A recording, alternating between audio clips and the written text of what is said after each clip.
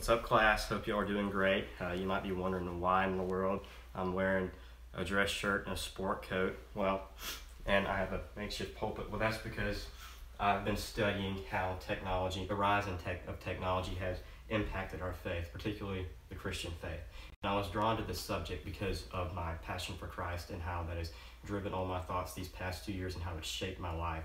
And that passion it's something that I always think about. It's something that's always in my mind, and it's something that I have a passion to share with everyone. And so that's why I was drawn to this topic, and I believe that it's important that the church understands how technology has shaped our world and our faith so that we can move forward as Christians so we can move forward as the hands and feet of Christ, shining our light, shining Christ's lights throughout the world. And this will help us reach more people. And I don't believe it's only important for the church to understand this topic. I think that each individual Christian has to understand this as well, because it will strengthen their faith. And if we're aware of the possible dangers of technology, we can use our technology in ways that glorify God. And so I created a message in a sermon, whatever you want to call it. And my targeted audience is younger Christians, especially younger Christians, because all we've known is a world filled with technology.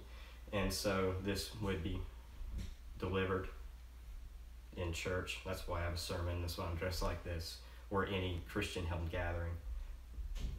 So the reason I chose a sermon is because it's an argument, or a formatted argument, that Christians are used to. And so I'm banking on the fact that these younger Christians will be used to this argument, so that will enable them to better understand the message that I'm trying to give them. And I've gathered research from several sources, including pastors, missionaries, and seminary professors. And the research has shaped the argument I've made. It's helped me format it in a way that is better receptible to my audience. And I also included personal experience. There's a little bit of humor in there.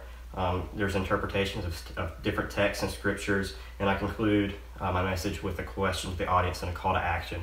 And I'm hoping that this will call them to question their lives and question their approach of technology, and so that maybe they will make a change how they view technology and change how they approach it.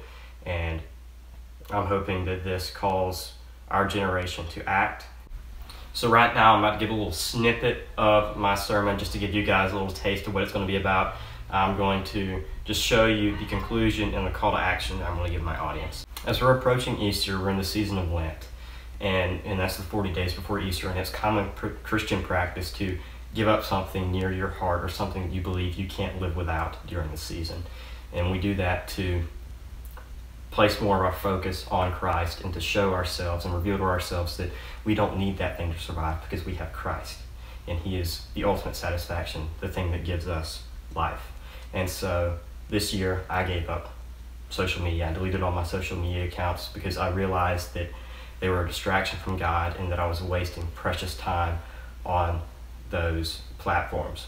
And I also realized that I faced various temptations by facing the wrong things, or by looking at the wrong things, and those things were just distractions that I didn't need in my life. And during this time, I've learned that we must be conscious of and rebuke the dangers that come along with technology. And as our scripture, 1 John 2:15 says, "Do not love the world nor the things it offers you. For when you love the world, you do not have the love of the Father in you."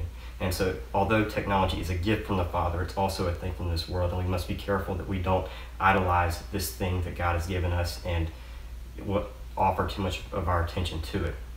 And so each day we have a choice to choose to use our time with God's intended purpose, to choose to use our technology with God's intended purpose in mind, to waste our time for unproductive functions, or to misuse technology to follow our own selfish and evil ambitions. And we're all capable of doing all three. And so I ask you to consider, how are you using your technology?